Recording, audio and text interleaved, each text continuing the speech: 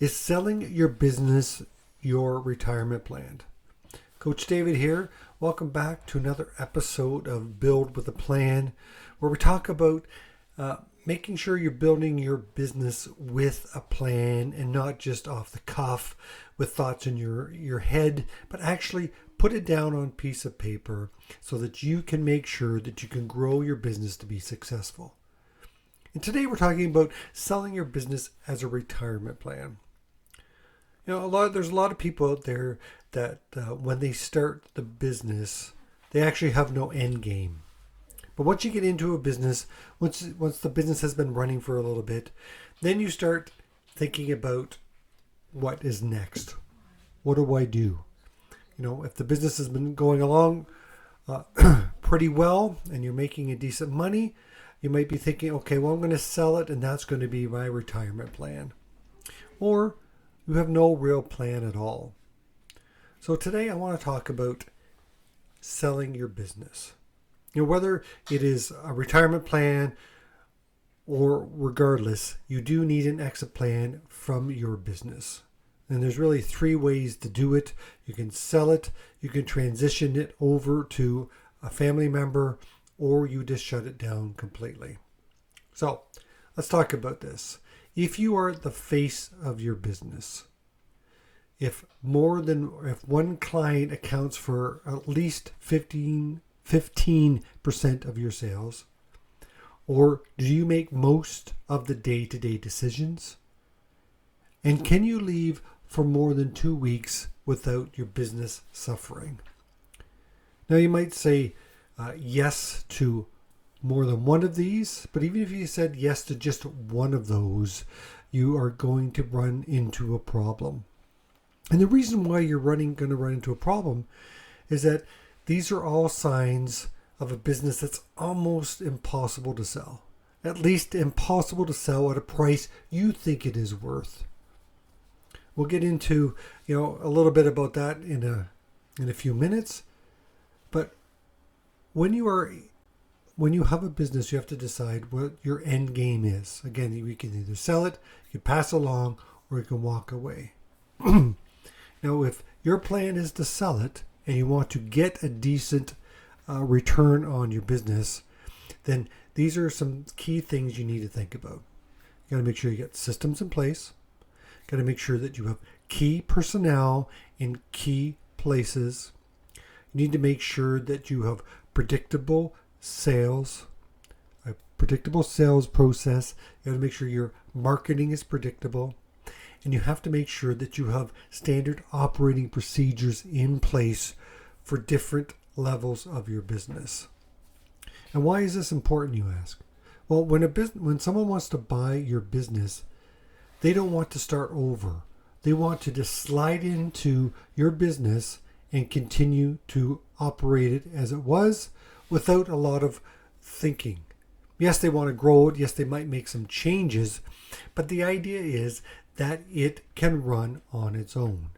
And if it can't run on its own, if you were to take yourself out of the equation and your business could not run for a substantial amount of time, then you have a business that's very, very difficult to sell. And why is that? Well, what happens is if you are the face of the business, then when you leave, there's a good chance that a majority of your clients are going to move on to somebody else because they were only going to your business because they liked working with you, they trusted you, you had that personal relationship, and that's great in the beginning. And yes, for some key clients, you should still maintain that relationship. But overall, if you want to be able to walk away, you have to make sure that even those key accounts are being looked after by somebody else. And this is something you can't just do right away. You can't just think, okay, next year I'm going to sell and then throw all these things together in the next 12 months and be able to sell it. No, this is really a 3 to 5 year plan, right? So you want to make sure that you are thinking about the future or your end game soon enough so that you can actually do something about it so that you can get the return on it that you want to. I have a story about this guy named Paul. So he's a plumber. I've known and I've worked with him for a bit. And here's the thing. He was a plumber with somebody else. He worked for somebody else. And then he got his master license. Then he decided that he wanted to go out on his own. And he did. But here's the thing. Like, he was decent at the business. Okay? Decent at performing the work. Getting the work done. Understanding. He had a very good personality. Very friendly. Very approachable. But he ran his business like that. He wasn't always upfront with the timing. He would tell clients or customers that he would be there, in half an hour, and he was 2 hours away. And what happens there is that if you don't have your business set up right, not only can't you sell it, but you will actually reach a ceiling in the success. But you will also have ups and downs. And you will have employee turnover because you don't have processes set up.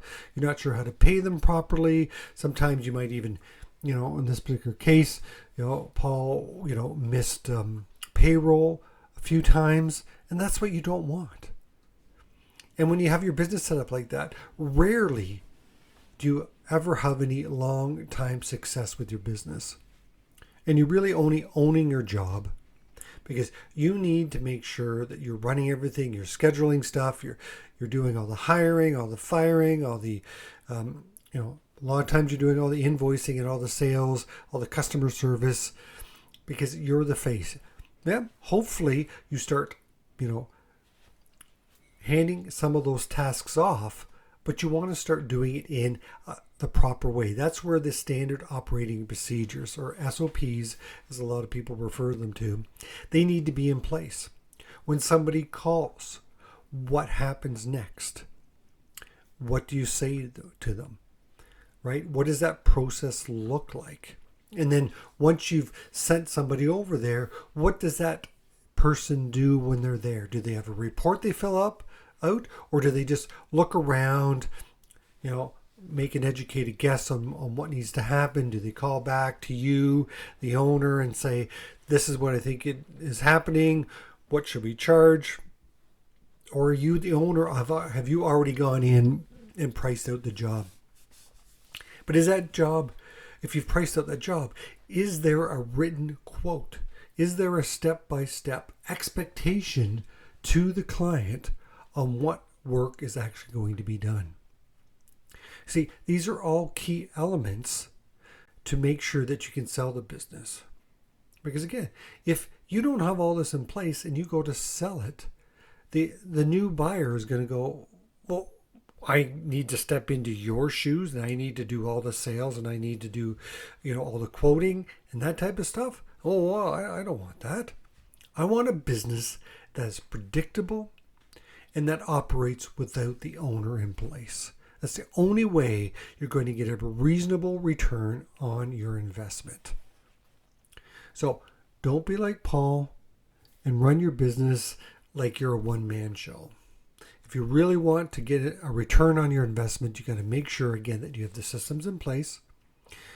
That's like, ordering systems, how many people per van, if we're just talking about the plumber at this point, what does that look like? Do you have a staff meeting once a week? Do you, how do the jobs get allocated to the workers? What does your key personnel look like? Do you have someone that is looking after the sales? Do you have a sales manager? Do you have a general manager? Do you have an office manager? I'm not saying you have to have all these different people, but you got to make sure that they're all taken care of by an employee, so that when you do go to sell, that employee theoretically will move along with them. Now, sometimes you run into that issue where they don't want to move along and they only want to work for the original owner. But that's something that can be negotiated in the sale of the business. But also, if you have the systems in place, you have the SOPs in place, then having to bring on a new key personnel isn't as difficult because they could slide in and they have the procedures and the systems already in place. Again, you've got that predictable sales funnel. You've got that predictable customer journey. What does that look like? It's very favorable and can be repeatable. That's the other, predictable and repeatable, so that if someone does come in, they can look at the process and say, okay, I need to say this then, I need to do this at that point, I need to do this, and I need to do that. And when you're successful in doing that, it's easy to replicate. And that's why a lot of the times franchises are very successful, because they already have all the systems and the predictability built in, because it's tried, tested, done over and repeatable over and over again. So you want to think more like that. How can I have these systems in place and the key personnel to make sure that that business can run without you being there? Now, then again, unless you do all this, you're going to end up selling your business either not at all or for far, far less, and probably just for the customer list. And even that, your sales could be $500,000. That customer list is not worth $500,000. And the reason for that is they can't guarantee that, the seller cannot guarantee that $500,000 is going to show up next year. Because once you sell the business, it's a new owner, a new procedure, a new person. And if they don't like any of that, you're going to lose that. So that business might be worth $250,000 to $300,000, if that. Unless there are other things in place. So I want you to think about it right now. What is your end game? And if you don't know what it is, figure it out, because again, you have 3 options. You can sell it, transition it over, or you can walk away. And the things to keep in mind: are you the face of the business? Does one of your clients accounts for at least or more than 15% of your sales? Do you make most of the day-to-day decisions? And can you leave your business for more than 2 weeks without affecting the success of that business? Now, these are 4 questions you need to ask yourself. And if you said yes to any of those, then you need to seriously think about what do you need to put in place. So this is Build with a Plan with Coach David. Until next time, Coach David out.